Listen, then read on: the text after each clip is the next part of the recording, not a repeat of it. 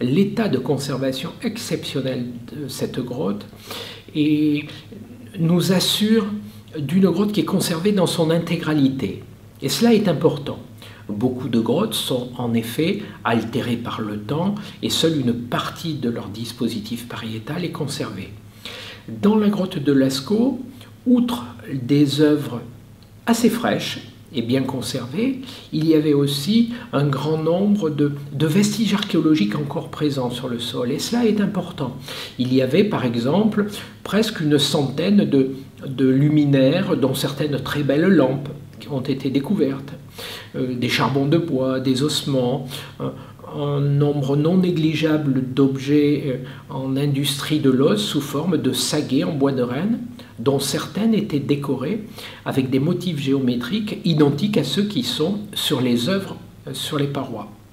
Lascaux était très bien conservé parce qu'en fait, un film de calcite transparent, donc protecteur, mais n'altérant pas la vision, était développé sur une partie des œuvres, donc assurant leur grande résistance. Et on comprend aujourd'hui pourquoi, malgré les problèmes climatiques si importants de la grotte de Lascaux, malgré le grand nombre de visiteurs, néanmoins, les œuvres ne sont toujours pas altérées. Mais Lascaux fut important parce que, compte tenu de sa période de réalisation qui est antérieure à la grande phase classique, généreuse, très bien connue de l'art pariétal, qui est le magdalénien, daté aux alentours de 15 000 ans, la grotte de Lascaux daterait d'une période antérieure. Elle est datée aux environs de 20 000 ans à l'heure actuelle. Donc d'une période qui est au tout début du magdalénien ou du solutréen. Sachant que ces concepts magdaléniens solutréens sont des concepts de la culture matérielle, les civilisations de la préhistoire. Dans l'art pariétal, on ne peut pas appliquer ces notions immédiatement. Donc Lascaux daterait d'une période très intéressante et surtout témoigne d'un art bien conservé. C'est la raison pour laquelle, lorsque des chercheurs comme André Leroy-Gourhan se sont préoccupés de traiter statistiquement et objectivement les données disponibles dans toutes les grottes, il est apparu que Lascaux pouvait être un lieu d'expression de la pensée, autrement dit un sanctuaire d'art pariétal autonome, bien conservé, et n'ayant pas enregistré forcément des œuvres sur le temps long, mais dans un temps assez restreint. Donc un bon exemple. Et en même temps, dans cette grotte, il y avait des œuvres disposées dans un univers, dans un environnement qui n'est pas celui d'une très grande grotte. Donc dans cette grotte de taille petite ou moyenne, les œuvres sont partout. Il y a des œuvres au plafond, sur les parois, et on voit bien qu'il n'en manque pas, sauf dans une zone, le passage où un courant d'air, de la corrosion ont altéré les parois. On devine ce qu'il y avait. Donc on a un site dans lequel il y a à la fois des œuvres magistrales, monumentales, réalisées pour la vision d'une collectivité, en intervisibilité, tout le monde les voit très bien, c'est le cas de la salle des taureaux et du diverticule axial. On retrouve dans les galeries de droite, dans la nef, des œuvres qui ont ce caractère monumental, mais qui sont plus discrètes, qui sont faites sur une paroi de calcaire plus friable, qui sont à la fois peintes et gravées, donc plus difficiles à lire.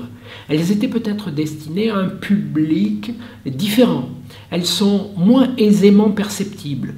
Et enfin, il y a dans le puits des œuvres d'accès difficile parce qu'on peut passer à côté du puits sans aller voir cette scène exceptionnelle et narrative dite de la scène du puits où on voit la représentation de la mort sur un homme et sur un animal, donc une scène particulière dans tout l'art paléolithique.